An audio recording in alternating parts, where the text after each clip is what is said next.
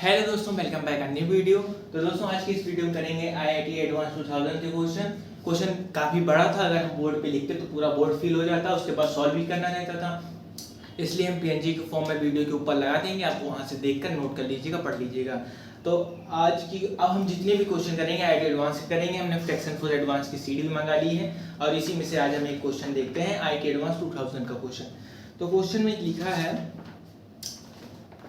ये हमारा क्वेश्चन है, अभी हम पीएनजी के फॉर्म में लगा देंगे।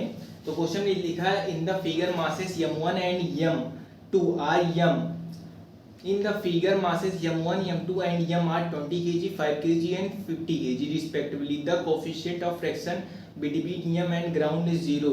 The coefficient of fraction between m1 and m are that between m2 and ground is 0.2. तो ये सब क्वेश्चन में तो हम सबसे पहले लिखते हैं गिवन में क्या क्या लिखा है। गिवन में क्वेश्चन में गिवन क्या क्या दिया है। तो क्वेश्चन सबसे पहले करते समय हमें गिवन लिखना चाहिए, हमें क्या क्या गिवन है। उसके बाद उसी को देखकर हमें सॉल्यूशन लिखना चाहिए। तो हमें जो m1 गिवन है, m1 गिवन है, m2 गिवन है और m गिवन है। यह हो गया m1 हो गया, ये m2 हो गया, ये m हो गया। ये हमें कैसे कितना गिवन है, यह माने 20 kg का, 5 kg और ये 50 kg का हो जाएगा। और जो हमें कोफिशिएंट दिया है ग्राउंड के बीच में, वो हमें दिया है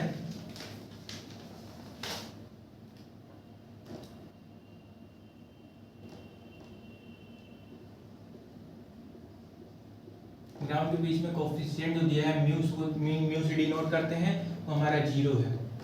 और उसके बाद the coefficient of fraction between m1 and m, और जो कोफिशिएंट हमें m1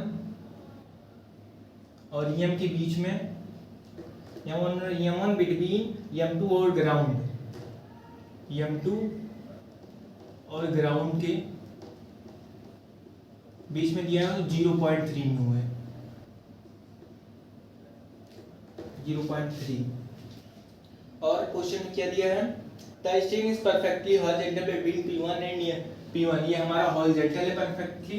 और क्वेश्चन में दिया है P1 and vertically between P1 and P2, ये वर्टिकल है परफेक्ट। और and external horizontal force F is applied to the masses m, ये हमारा जो m है इस पे एक फोर्स अप्लाइड हो रहा है, एक्सटर्नल बाहरी फोर्स F अप्लाई हो रहा है।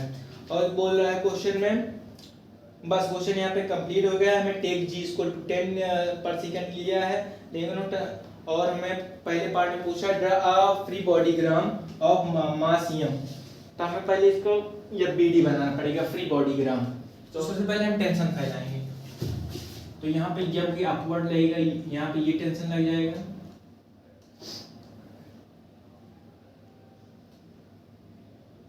एक टेंशन ये लग जाएगा, एक टेंशन यहाँ पे अपवर्ड, सबकी तरफ अपवर्ड साइड, ये हमने टेंशन लगा दिया। ये सब हमारा T हो गया। और ये हम पे एक लगेगा, mg नीचे की तरफ लगेगा और ऊपर की तरफ ग्राउंड से एक नॉर्मल रिएक्शन लगेगा। चलो ठीक है, अब m2 का m1 का बना देते हैं, तो m पे भी नीचे की तरफ mg लगेगा और ऊपर की तरफ एक नॉर्मल रिएक्शन लगेगा। तो ये जो m है ये दोनों का वेट हो जाएगा, इसका भी वेट हो जाएगा, इसका भी वेट हो जाएगा। इसलिए यहाँ पे लिखते हैं m1 प्लस m ब्रैकेट में g। चलो ठीक है, यहाँ पे इसको n2 मान लेते हैं, इसका नॉर्मल रिएक्शन m1 और इसका n मान लेते हैं। अब इसका भी FBD बनाते हैं, नीचे की तरफ इसमें भी mg लगेगा, mg का फोर्स, और ऊपर एक नॉर्मल रिएक्शन n2 मान लेते हैं, यहाँ पे n और n2। और उसके बाद अब यहाँ पे जो ग्राउंड पे जो वो लग रहा है म्यू, यहाँ पे 0 लग रहा है, तो ग्राउंड पे यहाँ पे यह भार जो हो जाएगा 0 हो जाएगा। और म्यू लग रहा है m1 और m के बीच में जो लग रहा है 0.3 का म्यू लग रहा है। तो यहाँ पे जो फ्रैक्शन हो जाएगा इसके बीच में, एक तो जब इधर की तरफ आ रहा है जब फोर्स इधर लग रहा है तो इधर एक फ्रैक्शन इधर हो जाएगा और ग्राउंड पे बड़े वाली एम पे आगे की तरफ लगेगा। जब ये इधर आएगा तो फ्रैक्शन इस तरफ लगेगा बड़े वाली एम पे। और उसके बाद ग्राउंड M2 पे भी लग रहा है 0.3 न्यू का, तो जब ये आगे की तरफ जाएगा तो इसमें पीछे की तरफ लगेगा फ्रैक्शन फोर्स। यहाँ पे इसको M2 मान लेते हैं और इसको मान लेते हैं M1। और उसके बाद ये हमारा BD पूरा बन चुका है। अब और क्वेश्चन में क्या बोल रहा है, लेट द मैग्नीट्यूड ऑफ, दूसरे पार्ट में बोल रहा है let the magnitude of the force of fraction between M1 and F1। हाँ तो हमने बना दिया है M1 F1 बना दिया है। और उसके बाद क्वेश्चन में बोल रहा है F1 and that between M2 and ground is F2 भी हमने बना दिया ग्राउंड और M2 के बीच में। और दोस्तों क्वेश्चन में पूछ रहा है right equation of F1 from a particular F, find out F1 equal to 2F। F1 जो बोला है F1 इक्वल टू 2F2 है। F1 इक्वल टू 2F2 दिया है। For a particular F, find F1 and F2। तो हमें F1 और F2 find करना है, F1 फाइंड करना है और F2 फाइंड करना है। F1 और F2 फाइंड करना है। Right equation of motion of all masses, find F tension in the string and acceleration. हमें टेंशन भी फाइंड करना है, हमें एक्सीलरेशन भी फाइंड करना है और हमें फोर्स भी फाइंड करना है। हमें इतना सब कुछ फाइंड करना है। तो सबसे पहले हम जो है वो F1 और F2 फाइंड करते हैं। तो F1 फाइंड करने के लिए हमारा F1 इधर है, तो F1 को पहले इसको अच्छे से बना देते हैं इधर फिगर, तभी आपको समझ में आएगा। तो जो हमारा M1 वाली तरफ है M1 पे लग रहा है F1, तो ये हो गया हमारा M1 हो गया, ये M1 हो गया। उस पे जो FR1 है वो इस तरफ लग रहा है फ्रैक्शन में, क्योंकि जब ये ब्लॉक आगे की तरफ जाएगा तो फ्रैक्शन अपोजिट साइड लगेगा। उस पे एक टेंशन लग रहा है, टेंशन फोर्स की वजह से ये आगे जा रहा है। तो यहाँ पे एक टेंशन भी बना लेते हैं, इसको काट लिए टेंशन, ये पूरा यहाँ से इतना काट लाए हैं, यहाँ से ये इतना, इसको उठा के यहाँ पे रखी है। यहाँ पर T हो गया, FR1 हो गया। उसके बाद ये यहाँ पे एक नॉर्मल रिएक्शन लगेगा, इसको हमने N1 माना था। mg का कोई काम नहीं है तो उसको लिखते नहीं है।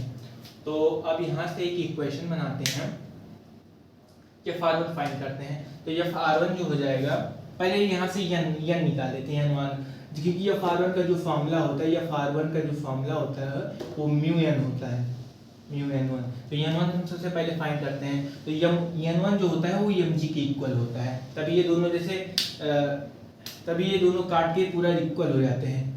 नॉर्मल रिएक्शन जैसे हमारे हाथ में ये हमारे हाथ में ये दोनों मार्कर हैं, ये दोनों मार्कर हमारे हाथ में हैं, तो ऊपर की तरफ से तो ग्रेविटी लग रहा है, पर ये हमारा मार्कर नीचे क्यों नहीं गिर रहा है, क्योंकि हाथ से एक नॉर्मल रिएक्शन लगता है तो वो mg को बैलेंस करता है। तो mg जो होता है वो n के इक्वल होता है, तो इसलिए जो n1 हो जाएगा mg के इक्वल हो जाएगा। तो ये हमारा m1 कितने kg का था, m1 था 20 किलो का। तो mg जो हो जाएगा 20 इंटू जी। तो म्यू की हमें वैल्यू जो दी थी, म्यू की वैल्यू हमें क्या दी थी, 0.3 दी थी। म्यू ग्राउंड से m1 और m के बीच में 0.3 दी थी म्यू की वैल्यू। तो 0.3 इसको लिखते हैं 0.3 इंटू mg लिख देते हैं। mg मास कितना है 20 है, और क्वेश्चन में बोला था 10 लेने को, तो 10 से 10 इधर एक डेसिमल कट जाएगा और यहाँ से 10 हट जाएगा, तो 10 3 इंटू 20 हो जाएगा। तो हमारा 60 न्यूटन का फोर्स लग रहा है। तो F1 जो हो गया हमारा 60 हो गया। इसको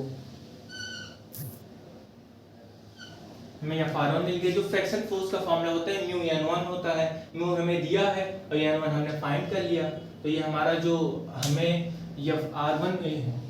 F1 मैक्स मिल गया हो गया हमें 60 न्यूटन का मिल गया, हमें 60 न्यूटन का मिल गया। इसको रफ कर लेते हैं। दोस्तों हमने F1 फाइंड कर लिया 60 न्यूटन का। तो सिमिलरली हम F2 फाइंड करने के लिए अपना ये वाला डायग्राम, ये वाला सिस्टम देखेंगे इसको पूरा। तो F2 फाइंड करने के लिए हम इस वाले पूरे सिस्टम को काट के यहाँ पे बना लेते हैं। तो ये हमारा M2 हो जाएगा।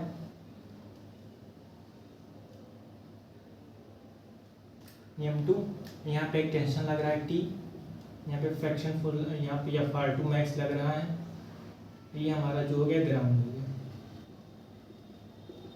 नॉर्मल फोर्स ऊपर की तरफ लग रहा है M2 का और नीचे की तरफ Mg लग रहा है। ये हमारा पूरा फिगर यहाँ पे बन चुका है। तो Fr2 का जो फॉर्मूला होता है फ्रैक्शन फोर्स मैक्स का होता है म्यू n इनटू, तो म्यू हमें 0.3 क्वेश्चन में गिवन था। हमें जो नॉर्मल रिएक्शन निकालने के लिए नॉर्मल रिएक्शन mg के बराबर होता है। मास में m2 का कितना दिया है, m2 का दिया है 5 kg। हमें ग्रेविटी भी दी है 10 की, तो हम सिमिलरली यहाँ से निकाल लेंगे। म्यू 0.3 मास 5 इंटू ग्रेविटी 10 से यहाँ पे पूरा 3 कट जाएगा, तो यहाँ पे हमारा 15 न्यूटन का आ जाएगा। तो ये हमारा Fr2 जो आ गया वो 15 न्यूटन का आ गया सिमिलरली दोस्तों। तो हमें Fr1 और Fr2 मिल चुका है। अब हम फाइंड करेंगे एक्सीलरेशन 15 न्यूटन। अब हम फाइंड करेंगे एक्सीलरेशन फाइंड करने के लिए हमें भी दो इक्वेशन बनानी पड़ेगी। तो सबसे पहले इक्वेशन हम यहाँ से बनाएंगे, उसके बाद वहाँ ऊपर से बनाएंगे। तो जो हमारी नीचे वाली इक्वेशन बनेगी, सबसे पहले हम ऊपर वाली इक्वेशन बनाते हैं। तो जो ऊपर वाली इक्वेशन हो जाएगी और 15 minus F minus T minus F2 equal to 5a। ये T है, ये Fr1 है। T इसमें पॉजिटिव है, T आगे की तरफ जा रहा है, तो T और माइनस Fr2 ये हमारा नेट फोर्स हो गया, ये हमारा मास हो गया, एक्सीलरेशन हो गया। सिमिलरली इसी तरह ऊपर से भी बनाएंगे। ऊपर से बनाएंगे तो ये Fr1, क्योंकि उसमें ये Fr1 पॉजिटिव था, minus T equal to mass कितना है 20 है का हमारा इधर जो है इधर T पॉजिटिव है, इसके आगे पॉजिटिव का साइन है और यहाँ पे निगेटिव है, तो ये हमारा T मर जाएगा। F2 की वैल्यू कितनी थी, F2 15 थी, तो यहाँ पे 15 थे, यहाँ 15 माइनस में है, यहाँ 16 प्लस में है, तो ये हमारा आ जाएगा टोटल 45। यहाँ पे दोनों जब ऐड करेंगे 25 एक्सीलरेशन आ जाएगी। तो हमारा जो एक्सीलरेशन हो जाएगा वो 45/25। ये जब दोनों कट जाएंगे तो 9/5 मीटर सेकेंड स्क्वायर। ये हमारा एक्सीलरेशन आ गया दोस्तों। हमने दो इक्वेशन बनाई।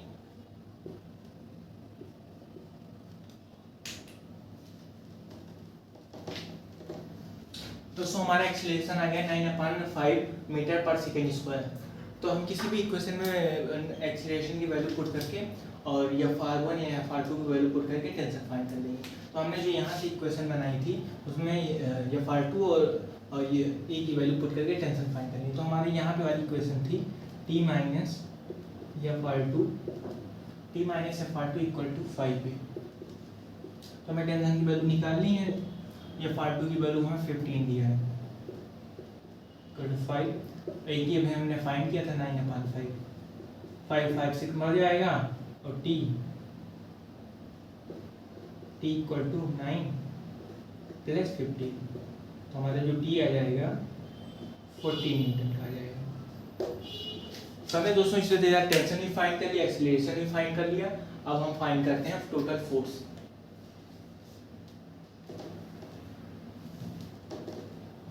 हमारा जो 40 न्यूटन का था एक्सीलरेशन, तो हम टोटल फोर्स फाइंड करने के लिए हम ये वाला फिगर देखेंगे। तो ये वाली फिगर को हम इस तरह बना देते हैं। ये हमारा फिगर हो गया। यहाँ पे एक फोर्स लग रहा है F का और यहाँ पे एक mg लग रहा है, नॉर्मल रिएक्शन लग रहा है N, और उसके बाद यहाँ पे Fr लग रहा है, Fr1, क्योंकि जब बॉक्स आगे की तरफ जाएगा तो फ्रैक्शन बॉक्स पे M1 है आगे की तरफ जाएगा तो Fr1 पीछे लेगा इस वाले पे और नीचे वाले पे लेगा Fr2, Fr1 आगे की तरफ पे लेगा। तो यहाँ पे ये टोटल नेट है, और जो जो यहाँ पे पुली का फोर्स है, जो यहाँ पे इस वाले टेंशन से ये हमारा ये वाला टेंशन कट जाएगा, और इस वाले टेंशन से ये वाला टेंशन कट जाएगा, कैंसिल हो जाएगा, तो यहाँ पे मतलब 0 लग रहा है। तो हम इसी का इक्वेशन बनाते हैं यार। तो ये हमारा F आगे की तरफ है, पॉजिटिव है, तो F माइनस F(r1), ये हमारा नेट फोर्स हो गया। मास है 50 kg का था, बॉक्स हमारा 50 kg था, ये हमें क्वेश्चन में गिवन है 50 kg था। तो एक्सीलरेशन हम लोगों ने फाइंड किया था 9/5, ये 5 से 15 10 टाइम चला जाएगा, और F(r1) की वैल्यू पुट कर लो। F(r1) की वैल्यू हमने 16 न्यूटन फाइंड किया था, 16 = 90। तो हमारा F जो हो जाएगा, इधर माइनस में उधर प्लस में हो जाएगा, तो 150 न्यूटन का ये हमारा टोटल फोर्स हो गया।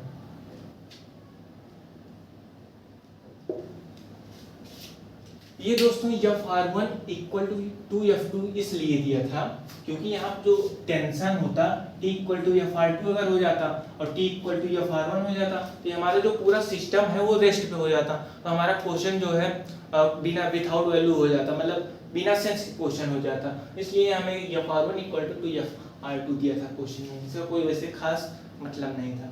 तो चलिए दोस्तों, क्वेश्चन आई होप आपको क्वेश्चन अच्छा लगा हो, आपको सॉल्यूशन अच्छा लगा हो, आपको समझ में आया हो। तो मिलते हैं नेक्स्ट वीडियो में। थैंक यू दोस्तों।